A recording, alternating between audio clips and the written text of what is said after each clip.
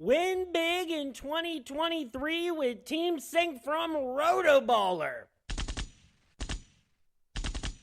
Import your fantasy teams and sync your leagues. Get customized tools and tailored advice for your specific rosters and scoring settings, including live recommendations from the Live Draft Assistant, Free Agent Finder, and Lineup Optimizer. Sync an unlimited amount of NFL, MLB, NBA, and NHL fantasy teams from all of the major fantasy platforms. Get a discount for any premium pass using my promo code KNUCKLER. That's KNUCKLER, as in one who throws knuckleballs. Just visit rotoballer.com/radio and start rotoballing like a boss. And by the way, maybe I should start saying this. If you have a gambling problem, call 1-800-GAMBLER or just stop gambling because it sounds like it's tearing your life apart. What's up, everybody? This is Brady Grove bringing you episode 98 of RotoBaller's official MMA podcast. Tap that. We're looking forward to the pay-per-view, UFC 289 this weekend. So just one note, and I want to talk about The Ultimate Fighter. Break out the red panties. So I've watched the first episode, still need to watch the second episode. Still, me and occasional guest co-host on this show, Connor Bone Sloan, we're talking about this, that it is really hard to see any of these prospects on Conor McGregor's team being able to handle over the course of the Ultimate Fighter season the likes of Roosevelt Roberts, Jason Knight, Brad Katona. It's a great setup, but like Michael Chandler having all of the veterans is really, that's dangerous. But, you know, you can tell from the promos, Conor McGregor gets at least one or two wins. Right now, we have PFL 4 going on. Marlon Moraes just got knocked out again. I made picks for that. You want to find my picks for things like PFL, boxing, One, Ryzen, Bellator. You can go follow me on Twitter at RotoBrady. Follow and subscribe to the Facebook page for the Tap That MMA podcast. Do the same on YouTube at Tap That MMA podcast. Check out my USFL gambling content. We are entering week 9. Alternative football is in full bloom. And I will be in the RotoBaller MMA Discord doing the weekly sports betting / DFS Q&A from 5 to 6 p.m. this Saturday before the card, UFC 289 in Rogers Arena in Vancouver, British Columbia, Canada. But I'm not impressed by your performance, and I look forward to... Just because he's a Canadian. That's the only reason I played that. We have 11 fights on this card. Let's talk. Let's give a full rundown, then let's get into it. There's been a lot of unfortunate replacements on this card. First up, women's strawweight fight between Diana Belbita and Maria Oliveira. A flyweight matchup between David Dvorak and Steve Erceg. Who? What? David Dvorak was supposed to fight Matt Schnell. Steve Erceg is a late replacement. At featherweight, Blake Builder versus Kyle Nelson of Canada. Bantamweight, Ayman Zahabi, Canadian, fighting Aori K. Ling. Women's flyweight, Canadian and friend of the Tap That MMA podcast, Jasmine Jazz Duvicious against Miranda Maverick. Damn! Nick, one comment, man. One comment. Oh, don't be scared, homie. Don't be scared, Jazz. That is the biggest matchup of her career. Next up, a super good middleweight matchup. Better than... It says this is on the prelims, and the next one is on the main card. Doesn't make any sense, but it is Nasruddin Imavov against Chris, the Action Man, Curtis. Then, the next middleweight matchup, Eric Anders versus Marc-Andre Barriault. I hope that is the one on the prelims, and Nasruddin versus Chris Curtis is on the main card. Then we got featherweight, Dan Ige versus Nate Landwehr, sure to be a banger. Welterweight, Mike Malott against Adam Fugit. Mike Malott, Canadian. Andre Barriault, Canadian. Ton of Canadians on this card. That country loves mixed martial arts. The co-main event is going to be a lightweight clash of immovable movable objects and unstoppable forces all combined into one. Charles Oliveira against Beneil Dariush. And then the main event for the UFC Women's Bantamweight Championship, we got Amanda, the Lioness, the greatest fighter of all time, potentially, Nunes against Irene Aldana.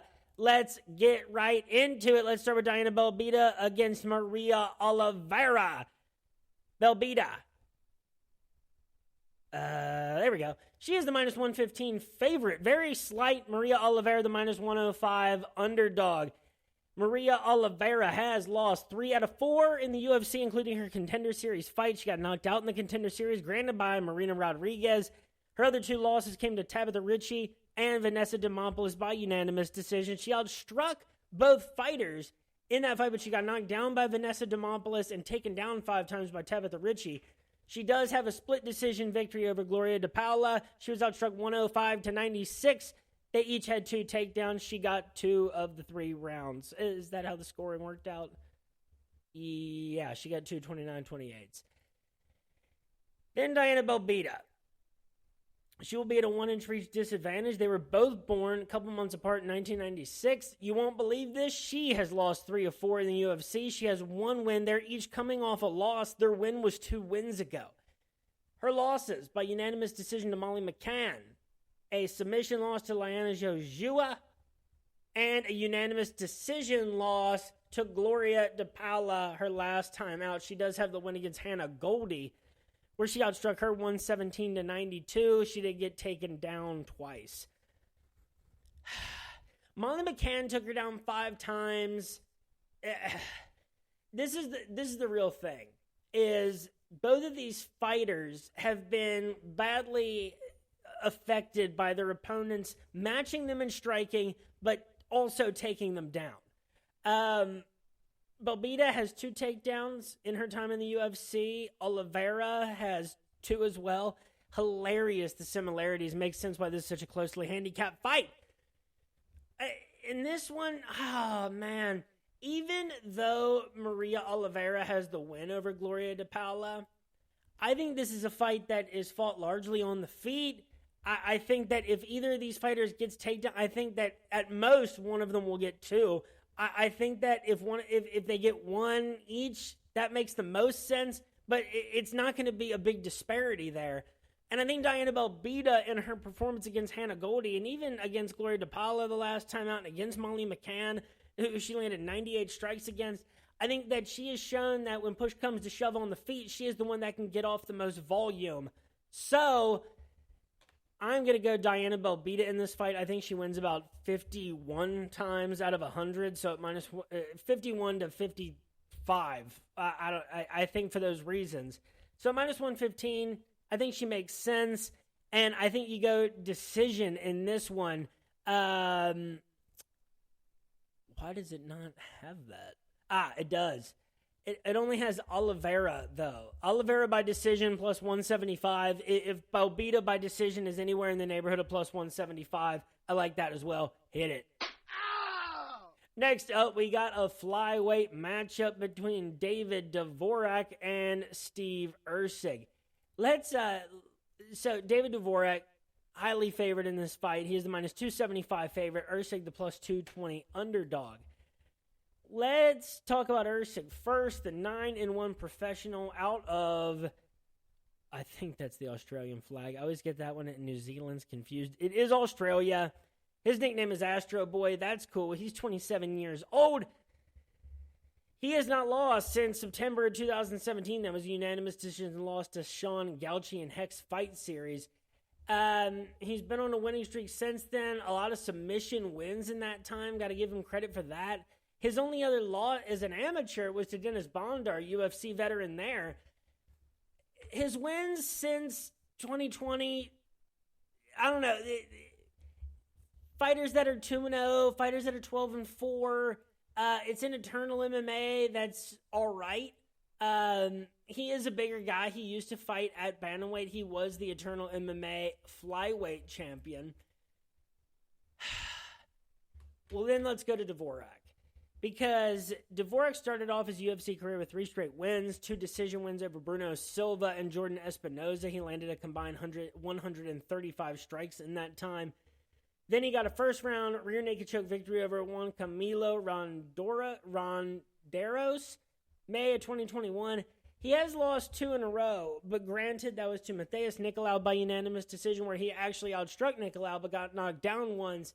That was by unanimous decision. And then a unanimous decision loss to Beneil Kopp, who outstruck him 58-33, though Dvorak did land 2 takedowns. He got knocked down once again.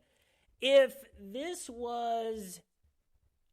I thought Usyk was a big threat to knock Dvorak out or to be able to disrupt him with his power, even in getting beat, anywhere else, maybe I would like Usyk. But I think Dvorak can definitely avoid the submission skills that Usyk is bringing to the table at this point in his career. I think Dvorak wins this fight like 75 times out of 100, maybe 80. So I'm not touching a straight-up victor here. As far as route to victory, I would just go, because I don't know, I think Dvorak is going to badly outmatch Usyk here. I'm really interested in Usyk. I just wish that this wasn't the fight that he was debuting in at the UFC level, a fight that he very well should lose. Dvorak inside the distance, that's plus 210. Hit it. Ow! Next up, we got Blake Bilder and Kyle Nelson. I believe, is this the first Canadian on the card? It certainly is, Kyle Nelson. Blake Bilder, 8-0-1. He is the minus 250 favorite. Kyle Nelson, the plus 220 underdog. Let's start with Blake Bilder. He has won 2 in a row to start off his UFC career, counting the Contender Series, where he got a first-round rear naked choke against Alexander Morgan August of 2022, then got a unanimous decision victory against Shane Young February of this year. He outstruck him 111-80 and got a takedown. Kyle Nelson will have a 3-inch reach advantage. He has won 1 fight since in the UFC since December of 2018. That's his only win. Losses, so the first 3 inside the distance to Diego Ferreira, Matt Sales, and Billy Quarantillo.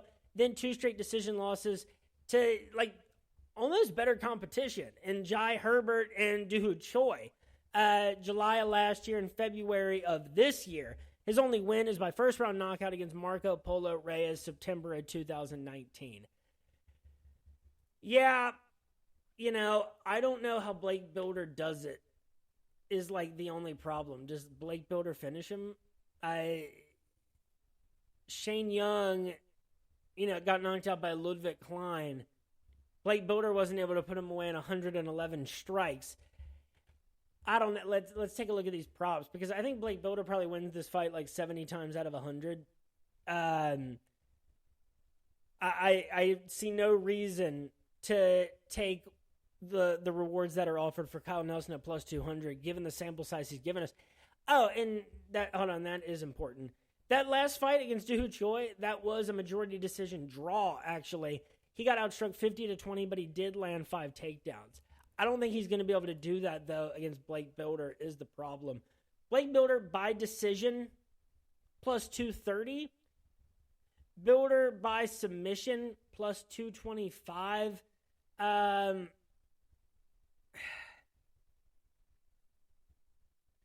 Now, we haven't seen Kyle Nelson submitted since May of 2019. It's still early in Blake Bilder's career. Kyle Nelson's fought a decent amount of tough fights in the UFC. I'll go Bilder by decision plus 230. Hit it. Ow! Next up, we got Ayman Zahabi against Aori K. Ling. Zahabi, the minus 105 underdog, and K. Ling, the minus 115 favorite. Another very closely handicapped fight. Let's talk Aori K. Ling. And so, by the way, fights that were canceled and changed around. David Dvorak versus Matt Schnell. Obviously, Dvorak is a different opponent. Michelle Pereira versus Stephen Thompson. That got rescheduled. Hakeem Dawodu and Lucas Almeida. Amanda Nunes was supposed to fight Juliana Pena, obviously, in the main event. Chris Daukaus was supposed to fight Khalil Roundtree at light heavyweight. Fun, new, exciting times for Chris Daukaus. Hopefully that does something better for him, because it doesn't seem that those changes of weight class, that's the last move to see if something's working there at that level. So, Zahabi. It's a guy that, feels still like kind of unfamiliar. But he has 5 fights in the UFC, and he's 3-2. He won his debut back in 2017 against Reginaldo Vieira by unanimous decision. His 2 losses are by round 3 knockout to Ricardo Ramos and a unanimous decision loss to Vince Morales. But he has won 2 in a row this decade. February 2021, a first-round knockout over Draco Rodriguez, and last time out, a unanimous decision victory over Ricky Turcios, the Ultimate Fighter, outstriking him 54-27. Aori Kaling will have a 1-inch reach advantage. He is 6 years younger. Kaling started off his UFC career with 2 straight losses by unanimous decision to Jeff Molina and Cody Durden. Those were close fights. He outstruck Cody Durden 65-60, but got taken down 5-1. And against Jeff Molina, he landed 116 strikes and got 3 takedowns, but Jeff Molina landed 189 strikes with 2 knockdowns. But 2 straight victories, a first-round knockout over Cameron Else, April of 2022, and then a unanimous decision win his last time out past August against Jay Perrin, who did outstrike him 88-72 and land 3 takedowns, but he still landed the unanimous decision victory. The 2 wins in a row for Roy K. Lang do mean a good amount, and I think it is not unimportant. Zahavi got the unanimous decision. He finished Draco Rodriguez. He outstruck Ricky Turcios. He has a win where he got outstruck but landed a knockdown over Reginaldo Vieira. I just don't think that matches up well with Aori Kaling. Jeff Molina and Cody Durden are really tough fights at this weight class. Cameron Else and Jay Perrin are actually really solid, kind of underrated wins. It means more for me for Kaling. The fact that he's younger, the fact that he, has bounced back with 2 straight wins. How does he do it? I think he does it by unanimous decision, just outstriking him volume-wise, and, not letting Zahavi get off, a big shot. And, Zahavi's not a big takedown guy either. I think Kaling will be free to just light him up on the feet. So, I think Kaling is the slight underdog. No, he's the slight favorite at minus 115. I think he wins this fight like 60 to 65 times out of 100. So minus 115, hit it. Ow! And I think Kaling does this by decision. Volume striking all the way. I'm seeing that at plus 190, plus 200. Best prop of the fight, hit it. Ow! Next up, we got friend of Tap That, Jasmine Jazz Duvicious against Miranda Maverick. Jasmine Jazz Duvicious, considerable underdog at plus 240. Miranda Maverick, the minus 300 favorite. Jasmine Jazz Duvicious. One comment, man. One comment. No, don't be scared, homie. Come on. Jasmine bounced back significantly her last time out. This was another fight against a fighter in Gabriela Fernandez, who I thought was coming in with kind of a sleepy but dangerous resume out of Brazil. And that was kind of what it's why I was so wrong on my pick for Jasmine to take on Natalia Silva. Because, you look at some of the records of fighters coming in from regional promotions out of Brazil, and it's like they're fighting fighters that are 0-4, 12-30, and it's like, what does that mean? Well, the talent still shows through. And so, Jasmine started off great in the UFC, 2 straight wins, a unanimous decision victory over Kay Hansen. And then she just got torn up by Natalia Silva, who is an incredibly talented fighter at women's flyweight. Outstruck 96-31, taken down twice. And that really doesn't tell even the full story. Jasmine's 31 shots were not the quality of the 96 shots that Natalia Silva landed. But Jasmine's last time out, she looked renewed. She got outstruck slightly, but I thought her strikes were much more significant. She landed 4 takedowns. She looked fantastic. That was a great bounce-back performance. Miranda Maverick, shockingly, 8 years younger, born in 1997. She's a few months younger than me. She is 4-2, 4 out of 6 in the UFC. Those 2 losses came by decision to Macy Barber and Erin Blanchfield. She looked good against Macy Barber. She got handled by Erin Blanchfield back in 2021. But a rear naked choke victory over Sabina Mazo March of last year and last time out. Unanimous decision victory over Shanna Young. She outstruck Shanna 63-29 and landed 5 takedowns.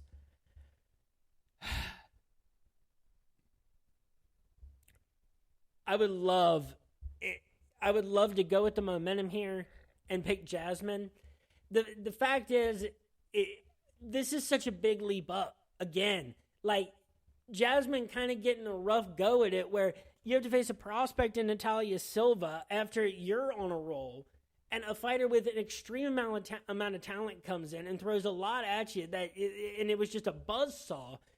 And now it's like, if you can beat Miranda Maverick, you're in a really good position in the weight class. But, that's going to be a really tough sell. Miranda Maverick, all of her wins are better, in name and quality of competition than Jasmine's are. There's just no reason I would see right now to pick Jasmine to win this fight. But if this is a competitive fight, that's going to be extremely exciting. I'm rooting for Jasmine here, absolutely. And, this would be a huge win. But I think Miranda Maverick wins this fight 75, 80 times out of 100. How? Again, I think this is probably a decision. I think Jasmine can avoid the submissions of Miranda Maverick. I think she's just a well-rounded enough fighter to maybe keep out of those positions. Jasmine is very strong and durable, but Miranda Maverick by decision, minus 135, that's handicapped like that as a prop for a reason. I think that's the best bet of the fight. Hit it. My heart wants to put something on Jasmine at plus 240, but I will just be rooting for her heavily. No financial incentive attached. Next up, we got Nassourdine Imavov against Chris the Action Man Curtis. Hold on, we already talked about 5 fights. We only have 6 remaining. That is nutty. Nassourdine Imavov. He is the minus 155 favorite. Chris Curtis, the plus 130 underdog. If this is headlining the prelims, Break out the red panties. what a fantastic middleweight matchup to grace this card. This could be the co-main event on a different evening. Or like on this evening. If I don't know, it could have been. If there wasn't Oliveira Dariush, this would be the co-main event, or it should have been. Oh boy, the Action Man, Nassourdine, let's talk about Nassourdine Imavov first. So he has wins, right? His best wins were those 3 in a row against Ian Heinisch, Edmund Shabazian, and Joaquin Buckley. 2 knockouts, 1 decision over Buckley. He outstruck all of them. He got takedowns against Heinisch and Buckley, 3 combined. It's just, the problems of these 2 fighters, at least for Nassourdine Imavov, if you look past the Phil Hawes loss early in his career where he also outstruck Hawes but got taken down 4 times, which is also, a way that this fight could potentially play out, but Chris has been so happy to stand, to stay on the feet. Against Sean Strickland, he got outstruck significantly, 182 to 123, and taken down once. Chris the Action Man Curtis, they both had the same reach. Chris Curtis is 8 years older. Loser of 2 of his last 3, and this is he has the win over Phil Hawes, Brendan Allen, Rodolfo Vieira, and Buckley. But both of these fighters had, in different positions, spots in their careers. When it gets time for those bigger name contender guys at the middleweight division, those are the fights that they lost. Chris Curtis, Jack Hermanson, he looked frustrated in that fight. Chris is a sore loser, man. He does not wear losing in the UFC well. Some of you know that I know Chris from back in the day at Sun and Siam Mixed Martial Arts in Northern Kentucky. But, just from a completely objective commentary on his time in the UFC, he does not, you hear a lot of stuff from him in the aftermath of fights when he loses. And he was really frustrated against Jack Hermanson, flipping him off at the end, basically for not jumping into his big shots. Kelvin Gastelum, I know he wasn't happy about the way that decision went. He got outstruck 83 to 70. It was a reasonable decision. This is such a close fight. And really, I think that, level of competition wise, if we're talking, can Chris Curtis hurt Nassourdine Imavov? Can he outstrike him? He hasn't gotten a takedown in the UFC, and he hasn't been taken down once either. I don't think he needs to take Nassourdine down. I think that he just needs to remain up, and I think he'll land the bigger shots, and I think this is going to end up being a really close decision. Chris might get outstruck, but he might land the harder shots. But because I think it's such a toss-up, and I think that this could really be a 50-50 fight, and because betting on the Action Man has rewarded me greatly in the past, let's go Chris the Action Man Curtis plus 130.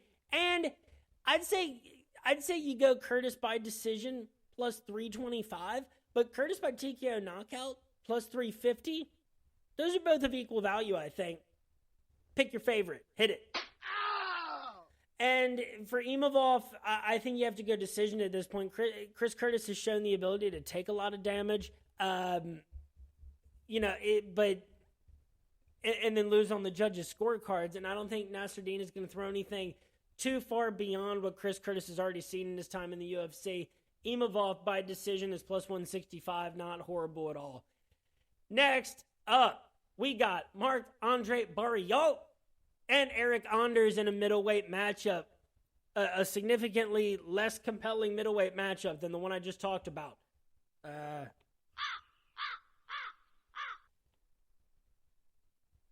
But I'm not impressed by your performance, and I look forward to...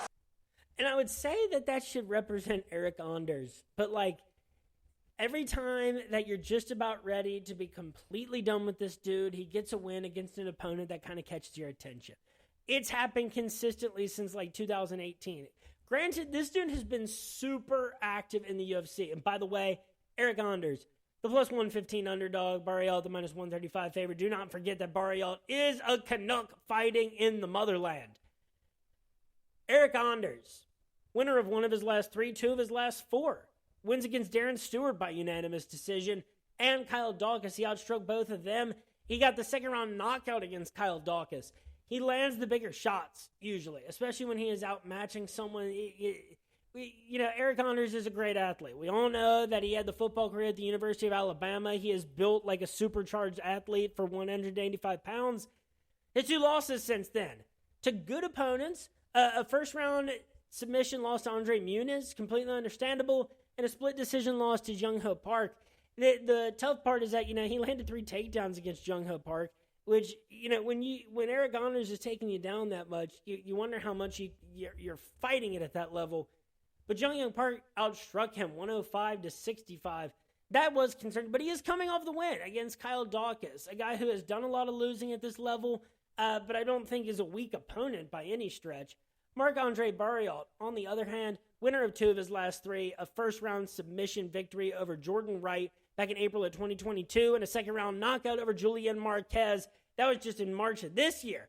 His only loss in that time, a submission to Anthony Buffy Hernandez. His 2 last losses are to Chidi Njokuani and Anthony Hernandez. Wins over Dalcha Lungiambula also in September of 2021, and Abu Azatar by third-round knockout March of 2021.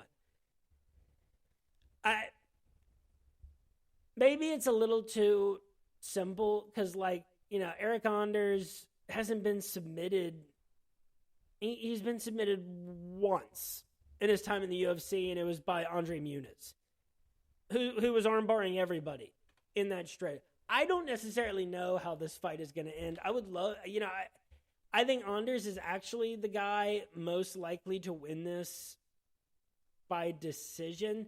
That's how Anders, no, I guess it's not. I guess the outcome of this one is really tough to call. Look, I think Barriault wins this fight 60 to 65 times out of 100. He is the more complete fighter. Anders, even when he, is doing damage on the feet, it's just not at enough volume. And Marc-Andre Barriault is kind of shown to be a jack of all trades against a certain level of competition over the last few years, where, he can handle himself anywhere, and he can land with volume, he can put people away. That is way too well-rounded of a fighter for Marc-Andre Barriault. He wins 60 to 65 of these out of 100, minus 135. I love it. Hit it. And outcome-wise, that's really tough. I wouldn't go with an outcome or with a prop outcome here. I would just go Barriault minus 135. You believe in Eric Anders, you go plus 115. I think if I had to pick a prop, Anders by TKO knockout plus 325, not horrible. Barriault by decision plus 175. Probably the most likely because Anders has just proven, so tough to finish because of the level of athlete that he is.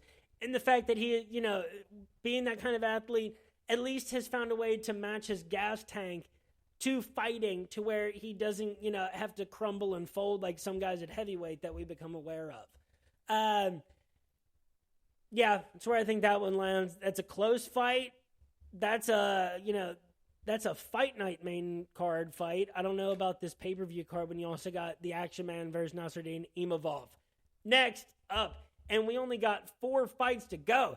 Dan Ige versus Nate Landwehr. Dan Ige, the minus 250 favorite. Nate Landwehr, the plus 200 underdog. Maybe I'm going to be immediately, proving myself wrong on this, but that immediately sounds a little too heavy for Dan Ige. But we shall find out. Dan Ige, let's start with him then. He has won 1 of his last 4, 2 of his last 6, actually. Granted, he has had to fight really, really tough opponents. Let's even go back to his 2 wins since the start of 2020. Split decision victories over Mirsad Bektic and Edson Barboza. That was a fight I thought he lost to Edson Barboza, but still, it was close enough to where nobody can complain. Then the losing started. But also, he started fighting really, really tough fighters. Calvin Kattar beat him by unanimous decision. Chan Sung Young, you might have heard of that guy, the Korean Zombie, beat him by unanimous decision. Josh Emmett beat him by unanimous decision. And Movsar Evloev beat him by unanimous decision. And really, he was either out well-rounded, getting taken down 3 times and outstruck by the Zombie, taken down 9 times and outstruck by Movsar Evloev, or he was able to keep it close, but just didn't land as good as strikes as his opponent, like in the case with Josh Emmett. He does have a win his last time out, a second-round knockout against Damon Jackson, who actually was outstriking him at the time. It was on a 4-fight winning streak. Nate Landwehr, he will have a 1-inch reach advantage. He's actually only 3 years older. He is the winner of 4 of his last 5. Wins over Darren Elkins by unanimous decision. Ludwig Klein by submission, 3rd-round anaconda choke. A majority decision over David Onama and was one of the greatest fights I've ever seen, August of 2022, or one of the wildest for sure. And against Austin Lingo, March of 2023, he got a rear naked choke victory.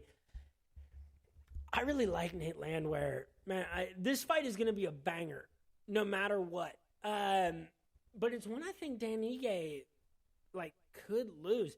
He's only ever lost by decision in the UFC, which is what bothers me.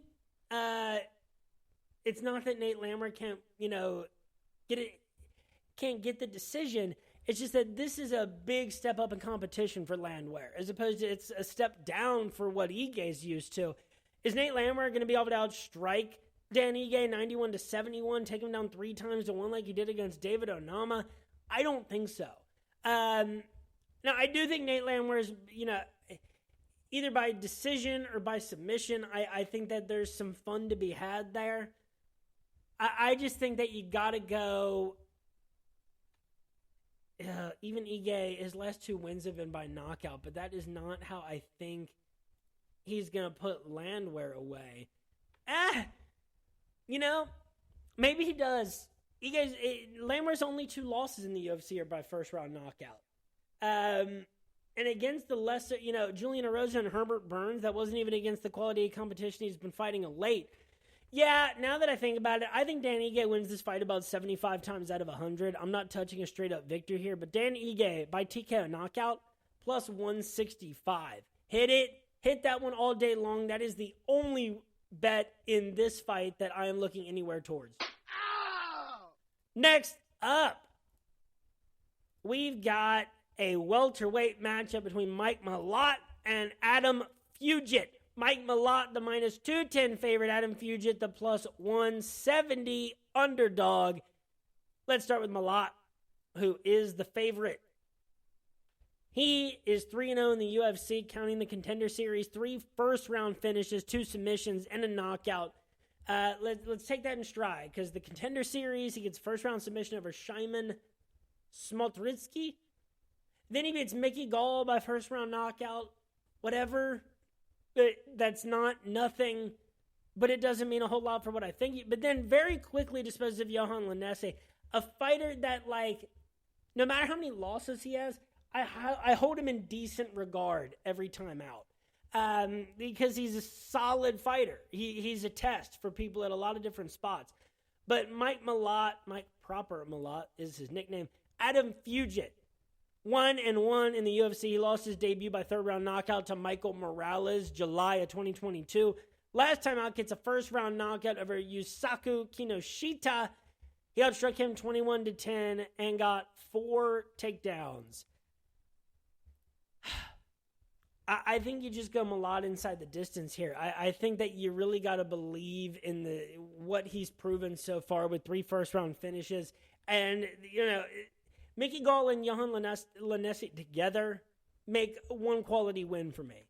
And I can forgive Adam Fugit for losing the fight to Michael Morales for what he's proven to be. And I like Yusaku Kinoshita. I just think that Malott has proven a lot more and makes himself safer at -210 because of that. I think Malott, though, when 70, 75 of these out of 100, I don't hate Fugit at +170. I don't know. There's some question marks here. There's less time at the UFC. And it's strange that this fight is going down so late on the main card. But I don't know. I think that the best prop of the fight is Malott inside the distance. That is -125. That is the best bet of this fight. Hit that one. And, maybe you go Fugit by TKO knockout +400 if you're thinking him. A little bit more reward offered there. But again, question marks. And Mike Malott has proven a lot in 3-fight winning streak to start of his time in the UFC. Next up, we got the lightweight co-main event between Charles Oliveira and Beneil Dariush. Break out the red panties. This is a fight people have been waiting for. Fans of Beneil know he has deserved this fight for a long time. Fans of Charles Oliveira, they want to see their man get another win in this high level of the lightweight division. It's been funny to see Beneil fans and Charles fans. Charles fans, Beneil fans, Islam fans, they are nutty on the internet going after each other. It is always fun to observe. It's like a social study because it's like why and why the aggression. If you like one of these guys, how do you not like the other? Let's get into that. This is an amazing matchup. And where are the odds for it? That is... Well, that's unusual. I'll refresh.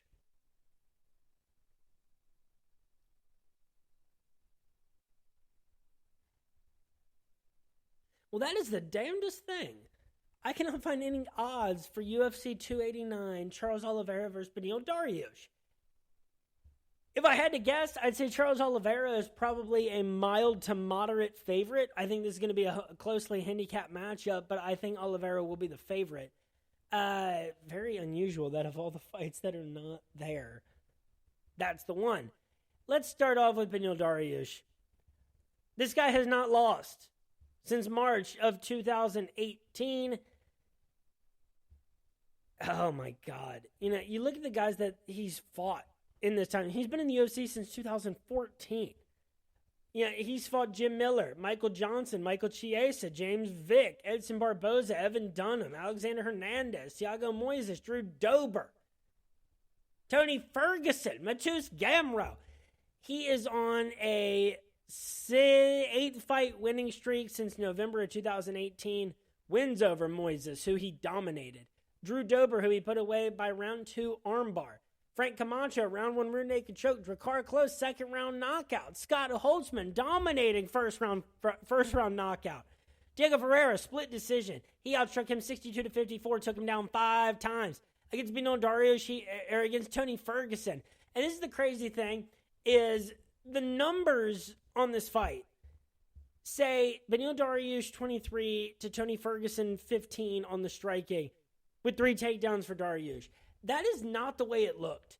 that fight was a battering, it felt like. And so for that to be the way it's reflected in the statistics really makes you think. And then Mateusz Gamrot, the last time out, October of 2022, unanimous decision victory. He got one knockdown, outstruck Mateusz 59-33, but he did get taken down 4 times. Charles Oliveira. These guys were born in the same year. Oliveira will have a 2-inch reach advantage. Oliveira has 1 loss in the UFC since December of 2017. He's been in the UFC since 2010, fought largely the same group of people that Beneil Dariush has. He won, he won 11 straight fights from June of 2018 to May of 2022. That was against Clay Guida, rear naked choke, or guillotine. Christos Giagos, rear naked choke. Jim Miller, rear naked choke. David Teemer, anaconda choke. Nick Lentz, a knockout. Jared Gordon, knockout. Kevin Lee, round 3 guillotine. Tony Ferguson, unanimous decision. That was a battering. Michael Chandler, 2nd round knockout. That was for the title. Dustin Poirier, 3rd round rear naked choke. Justin Gaethje, submission, rear naked choke. Last time out against Islam Makhachev, 2nd round arm triangle loss. These are 2 guys that have only lost to the best. Beneil hasn't even had the opportunity to lose to the best, really. You know, there's such a crowd at 155, and so many of the guys at the top of 155 are some of the biggest money-making fighters in the world.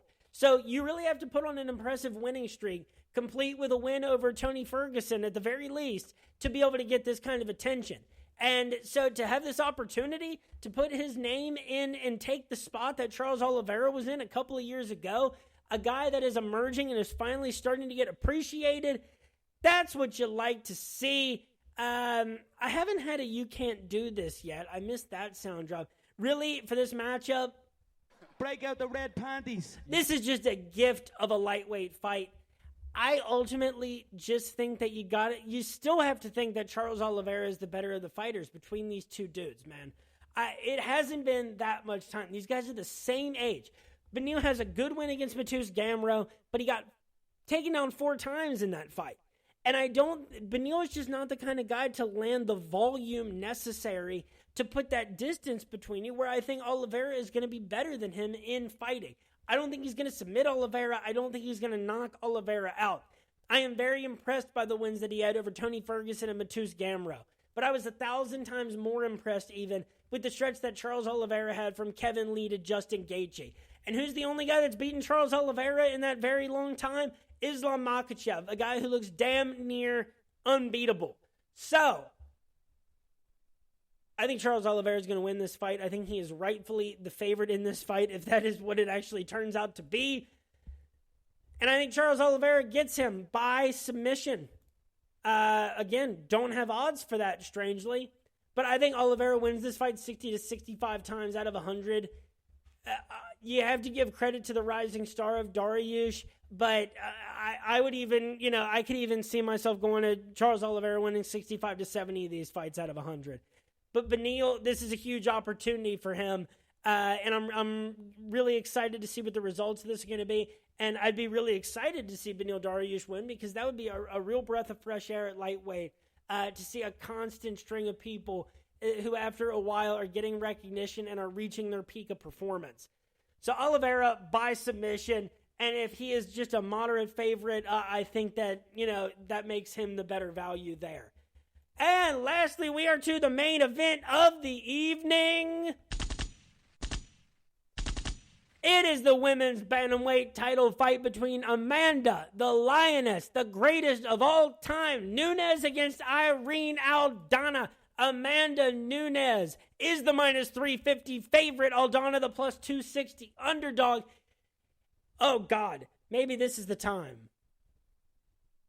Don't do this. You cannot do this, And perhaps that's premature, but it feels like a rough draw to be a late, not a late replacement, but to be not the original opponent coming in to fight Amanda Nunes. Although, Amanda Nunes was gearing up for a trilogy matchup with Juliana Pena.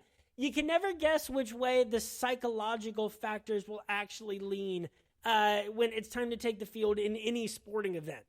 But let's talk about Irene Aldana first. Yeah, no. Let's talk about Amanda Nunes first. We know her so well.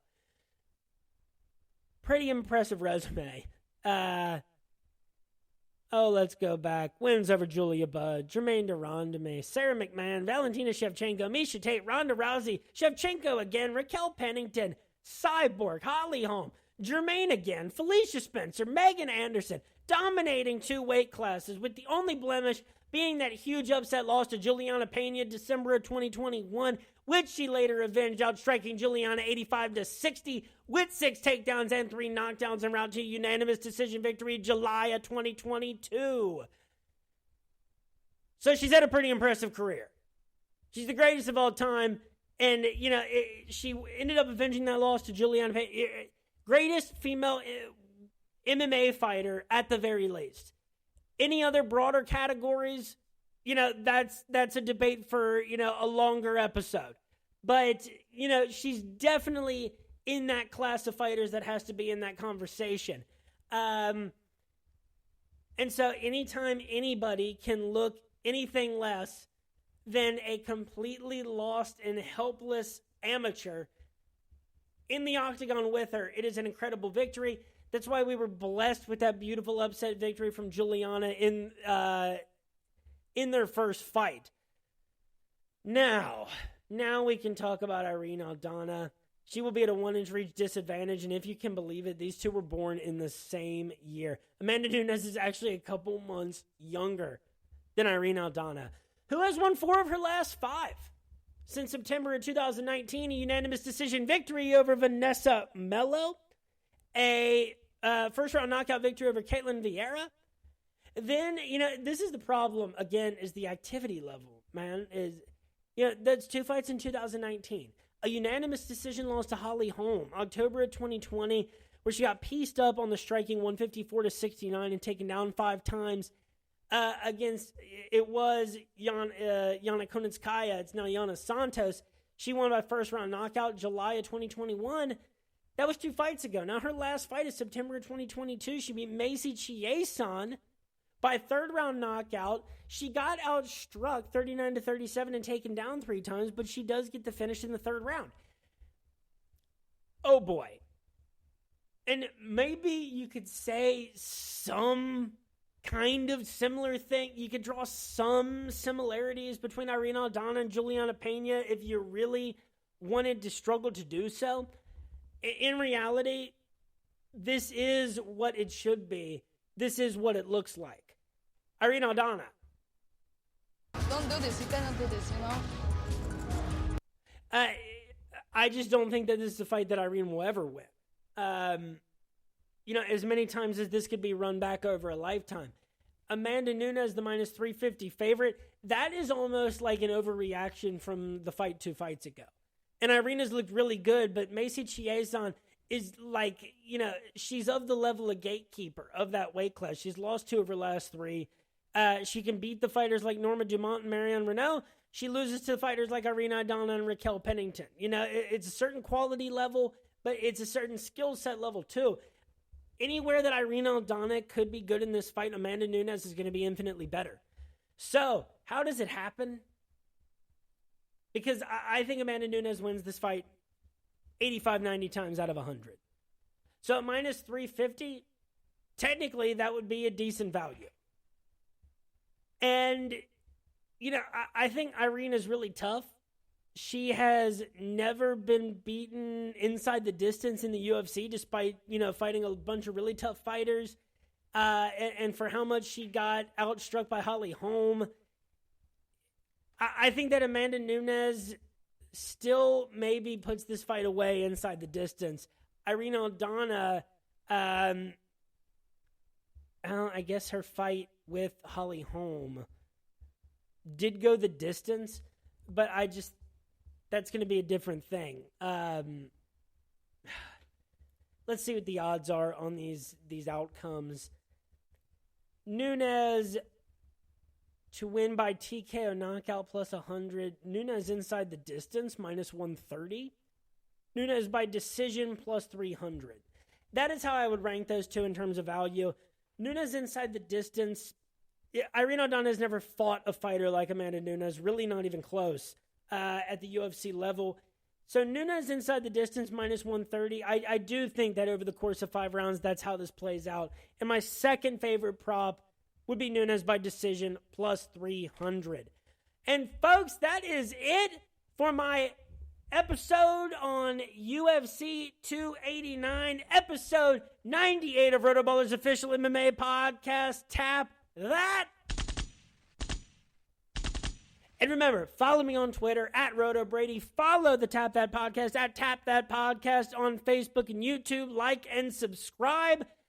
You can catch me in the RotoBaller MMA Discord this Saturday from 5 to 6 p.m. doing the weekly DFS/sports betting Q&A, 2 hours to an hour before the UFC card begins.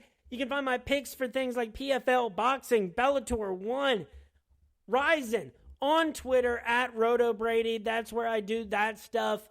Check out my USFL gambling content. It is week 9 of the USFL regular season. Every matchup is critical. And we have a bunch of exciting interlude episodes coming up. Folks, thanks for listening. Have yourselves a great weekend. The NBA Finals are on. LIV and PGA just merged. We're getting close to the postseason in the USFL. The WNBA started. The college baseball tournament. Great time if you like sports outside of the most normal things that people follow. Have yourselves a great weekend and peace.